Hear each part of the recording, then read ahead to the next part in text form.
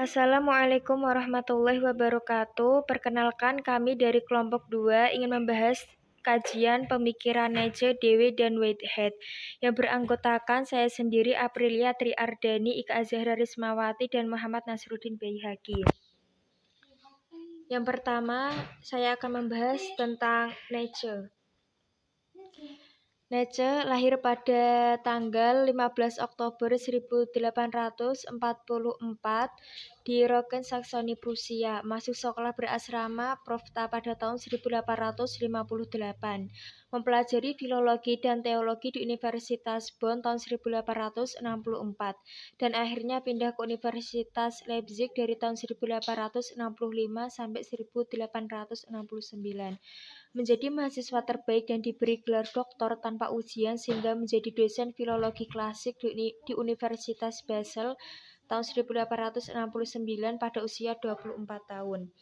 Biografi Nietzsche yang kedua yaitu menulis beberapa buku, diantaranya Tragedi tahun 1871, Zumen Alto Zumen tahun 1878, Darwin 1880, The Gay Science 1882, Tushbach Zarathustra 1885, Beyond Good and Evil 1886, dan beberapa lagi. Nama Nietzsche dikenal atas jasa George Brandes, kritikus sastra keturunan Yahudi Denmark yang memberikan kuliah tentang Nietzsche di Universitas Copenhagen. Franz Nietzsche meninggal pada 25 Agustus 1900 karena penyakit yang dideritanya sejak usia muda. Pemikirannya yaitu berkisar pada topik ketuhanan dan manusia sebagaimana yang dipahami dari buku-buku karyanya. Filsafat Nietzsche banyak dipengaruhi oleh filsuf lain antara lain Arthur Schopenhauer, Franz Albert Lenz, Richard Wagner, dan beberapa filsuf lain. Nietzsche menolak ide Schopenhauer tentang kehendak karena sumber dari keburukan dan untuk melepaskannya adalah dengan mengingkarinya. Dengan kata lain, kehidupan asketis adalah satu-satunya jalan untuk itu.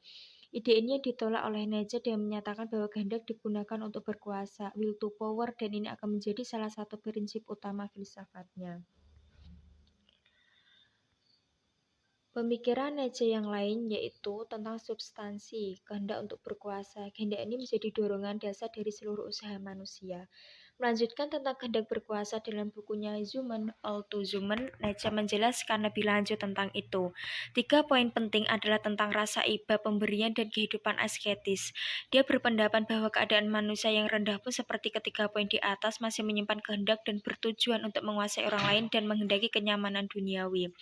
Nietzsche berhasil mengemukakan gagasannya tentang adi manusia dalam bukunya Tushbach Zarathustra. Adi manusia menurutnya adalah representasi dari hasrat atau kehendak kuat manusia. Menurut penegasan akan kehidupan dunia atau itu semua merupakan simbol ketidaksesuaian dari orang yang tidak mengikuti norma, tetapi disiapkan untuk menentang nilai dan keyakinan pada zamannya. Gagasan ini menjadi prototipe dari statementnya yang terkenal, Tuhan telah mati. Pernyataan dari Nietzsche itu menunjukkan keinginannya untuk merombak nilai-nilai atau moral keagamaan yang selama ini dipegang orang. Menurutnya, Tuhan sudah tidak diperlukan dan keyakinan kepada agama hanya menghambat perkembangan manusia. Dengan matinya Tuhan, maka berdampak pada runtuhnya moralitas atau nilai yang dipegang oleh orang Kristen. Nietzsche juga menganggap ide pengulangan abadi, maksudnya apapun kejadiannya sebenarnya telah menjadi dalam waktu yang tidak terbatas, dengan perincian yang sama dengan masa lalu dan demikian selamanya terjadi. Gagasan ini adalah upaya Nietzsche untuk mempositifkan kehidupan akhirat. Menurutnya, pengulangan abadi ini akan mendorong seseorang menjadi semakin baik karena dia akan menemui peristiwa yang sama di kemudian hari. Selain itu, filsafat Nietzsche adalah nihilisme, sehingga keyakinan baik agama, pengetahuan seni, atau moral merupakan hayalan atau tidak ada. Nietzsche menganggap bahwa keyakinan-keyakinan tersebut hanyalah contoh dari kehendak manusia untuk berkuasa. Tidak ada baik dan buruk di dunia, karena baik dan buruk yang dimaksud biasanya merujuk pada Tuhan atau bersifat aktual. Sementara Nietzsche hendak menolaknya. Untuk mengukuhkan setiap pernyataannya, Nietzsche mengenalkan pemikiran moralitas budak tuan sebagai alasan manusia beragama atau tunduk kepada kekuatan objek lain. Moralitas dapat dijelaskan dalam pengertian naturalistik. Yang kedua yaitu John Dewey. John Dewey lahir di Burlington, Vermont, Amerika Serikat pada 20 Oktober 1859. Masuk ke Universitas Vermont tahun 1875 dan mendapat gelar Bachelor of Arts. Melanjutkan ke Universitas Johns Hopkins dan mendapat gelar doktor dalam bidang filsafat tahun 1884. Dewey mengajar di Universitas Michigan dalam bidang filsafat selama tahun 1884 sampai 1888. Kemudian ke Universitas Minnesota pada 1889. Biografi Dewey yang kedua, yaitu pada tahun yang sama, Dewey kembali ke Universitas Michigan dan menjadi kepala bidang filsafat sampai tahun 1894. Dewey pindah ke Universitas Chicago dan menjadi pemimpin Departemen Filsafat dari tahun 1894 sampai 1904. Di sana, Dewey membawa pengaruh yang besar dan mempengaruhi dunia pendidikan sampai masa mendatang. John Dewey mendirikan Laboratory School dan akhirnya menjadi The Dewey School. Karenanya Dewey juga dikenal sebagai tokoh pendidikan Amerika Serikat. Meninggal pada 1 Juni 1952 di New York, Amerika Serikat. Pemikirannya yaitu banyak dipengaruhi oleh guru sekaligus sahabatnya Morris dan para penganut Hegelian. John Dewey adalah seorang yang pragmatis. Menurutnya filsafat harus memberikan manfaat dan melahirkan perbuatan nyata bagi kehidupan. Porsi filsafat tentang metafisika yang tidak ada manfaat praktisnya harus ditiadakan. Kata kunci dalam konsep filsafat John Dewey adalah pengalaman. Pemikiran berasal dari pengalaman dan bergerak kembali menuju pengalaman-pengalaman tersebut. Pengalaman adalah bersatunya antara subjek dan objek. Jika ini terpisah, maka bukan disebut pengalaman, tetapi pemikiran kembali atas pengalaman. Hal tersebut yang menyusun sasaran pengetahuan. Pemikirannya yang lain yaitu sebuah konsep atau sistem instrumentalisme, yaitu usaha untuk menyusun teori yang logis dan tepat dari kumpulan konsep pertimbangan serta penyimpulan dalam bentuknya yang bermacam-macam.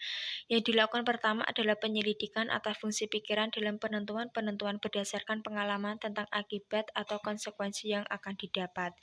Sebagai filsuf pendidikan, Dewey berpandangan bahwa sekolah merupakan lembaga penyelenggara pendidikan yang harusnya mempunyai maksud dan tujuan untuk membangkitkan sikap hidup demokratis serta mengembangkannya. Hal ini berpangkal dari pengalaman anak atau peserta didik. Sekolah harus memberikan bahan pelajaran berupa pengalaman baru yang bermanfaat bagi peserta didik. Yang ketiga yaitu Alfred North Whitehead. Biografi Whitehead lahir di Ramsgate, Inggris pada tanggal 15 Februari 1861.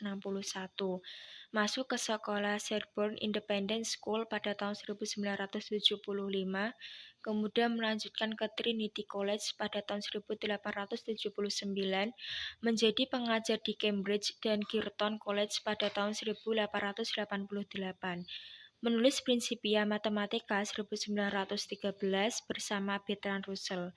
Meninggal di Cambridge, Amerika Serikat pada 30 Desember 1947. Pemikirannya yaitu berfokus pada matematika, fisika, dan filsafat. Whitehead menyusun filsafatnya untuk fisika. Dia menggunakan geometri bukan sebagai premis hipotesis, tetapi sebagai pengetahuan untuk memahami hakikat ruang yang merupakan hubungan kompleks antara benda-benda secara luas. Dari elemen yang dapat diketahui dan berbagai hubungannya, ia membangun entitas yang terhubung satu sama lain sebagaimana dalam titik pada geometri.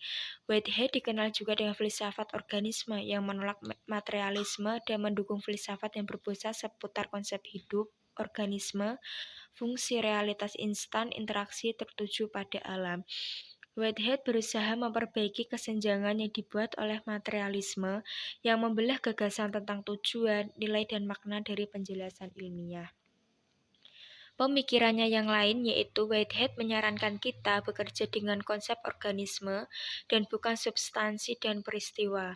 Untuk menggantikan parameter ruang dan waktu, proyek Whitehead adalah mengintegrasikan ilmu sebagai bagian dari ilmu-ilmu sosial yang membalik tren modern yang menganggap ilmu sosial sebagai teori rakyat. Teori ilmiah yang naif yang menunggu perkembangan. Dalam memahami agama, Whitehead menafsirkannya sebagai capaian tingkatan terdalam dalam kesendirian manusia yang lebih berperan sebagai sikap atau reaksi seseorang terhadap alam semesta daripada sebagai fenomena sosial. Menggantikan materialisme, Whitehead menyarankan kita bekerja dengan konsep tersebut. Oke, cukup sekian dari kelompok kami. Jika ada kata-kata yang kurang tepat, kami mohon maaf. Wassalamualaikum warahmatullahi wabarakatuh.